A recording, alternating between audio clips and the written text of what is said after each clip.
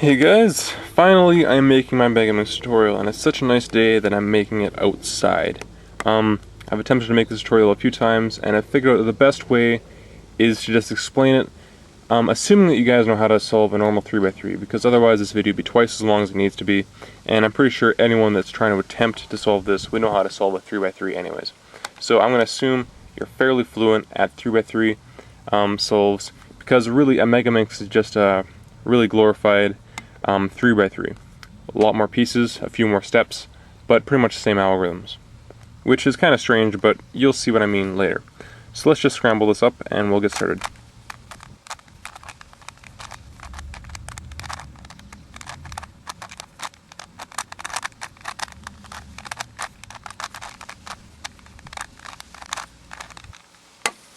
Okay, so before I start, I'm just gonna go over the cube, or the puzzle itself.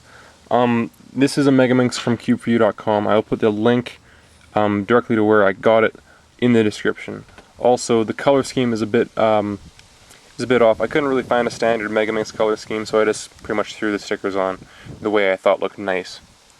And lastly, the black side was originally a pink side, but the pink was too close to this pink, so it was just really confusing. I took the stickers off to make it a bit more distinguishable.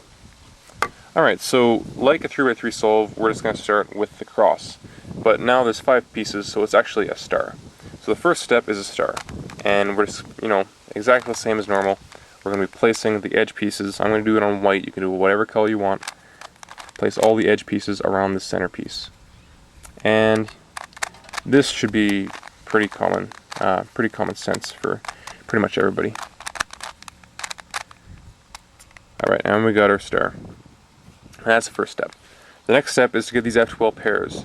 You can use the same algorithms as for the 3x3. Most of the time you can. Sometimes you have to do some minor adaptations. But the only thing that's really harder about the Megaminx is that there's a lot more pieces, so your recognition is really affected negatively. So I mean, let's see, these two pieces match, and I can, pair them up like this. And then the tricky part's just, getting them to where they're supposed to go. And that should be no big deal for anyone else. I'll show you one more example, and then I'll just fast forward through this part. This piece here and this piece here match. So, well, they don't quite match that way. And the same on top, so just do this, and they're right where they need to go, so place them in.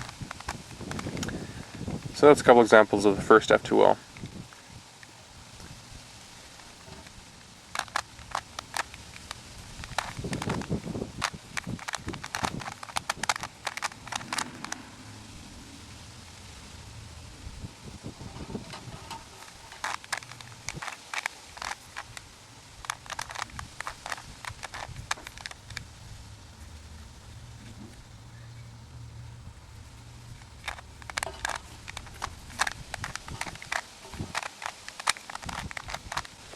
Okay, so we have our entire, whatever you want to call it, first 2 layers, I guess.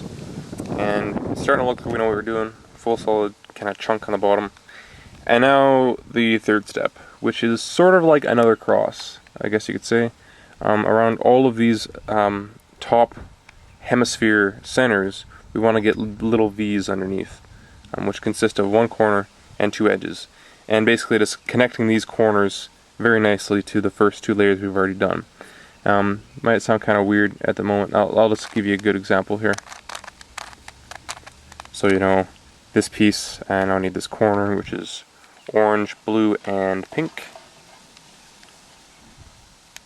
There it is.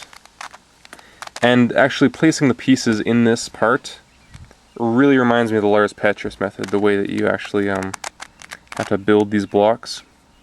Anyways, if you're familiar with the Lars-Petrus method, maybe you'll know what I mean.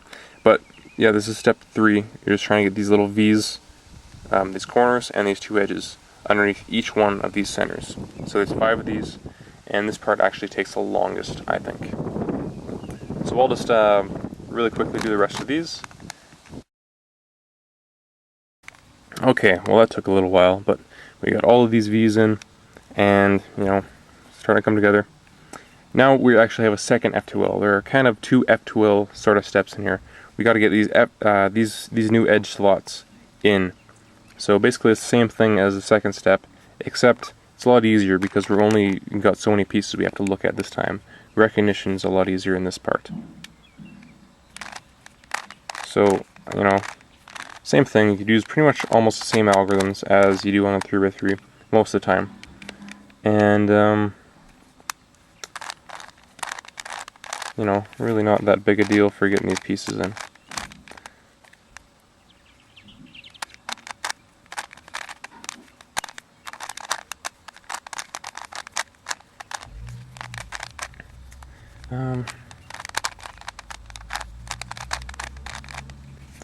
And one more.